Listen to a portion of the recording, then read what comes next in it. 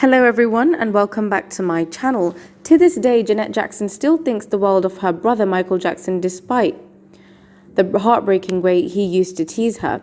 In 2019, when Leaving Neverland, a documentary that tackled the experiences of two men who made some serious allegations against the king of pop was released, the All of You singer didn't waste any time defending her sibling. Michael's legacy will continue, she told the Sunday Times. I love it when I see kids emulating him. When adults still listen to his music, it just lets you know the impact that my family has had on the world. Speaking with Harper's Bazaar in 2009, Janet also described Michael as someone who brought light and love and happiness to the world. She said he's got so much love and so much heart and so much power through his music, and called him the greatest entertainer there ever was.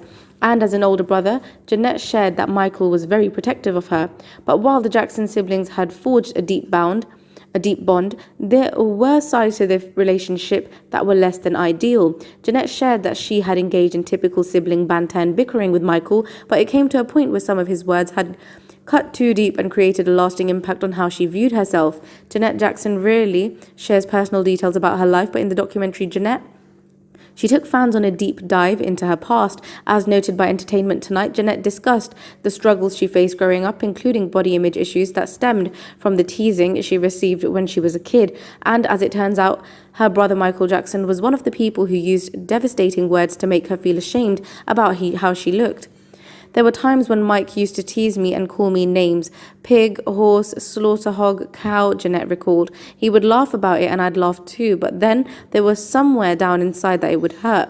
And while she tried hard to brush it off, all the teasing messed with her head. When you have somebody say you're too heavy, it affects you, she added. Janet took her insecurities well into adulthood, telling In Style she had to go through therapy to finally learn how to love her body. At first, I couldn't find anything. I would look in the mirror and start crying. I didn't like that I was not attractive.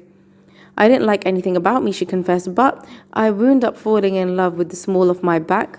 And then from there I found more things, and then finally realizing my smile isn't that bad after all.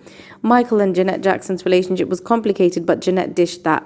Once upon a time, they were two peas in a pod, she told Harper's Bazaar that at one point in Michael's career, she served as his stylist because he didn't know how to dress. Mike was very simple, she shared. When I was 14 years old, I would shop for him. I washed his clothes, changed his room, cleaned his room. When mother would go out of town, she'd say, I'm leaving you in charge. Take care of Mike.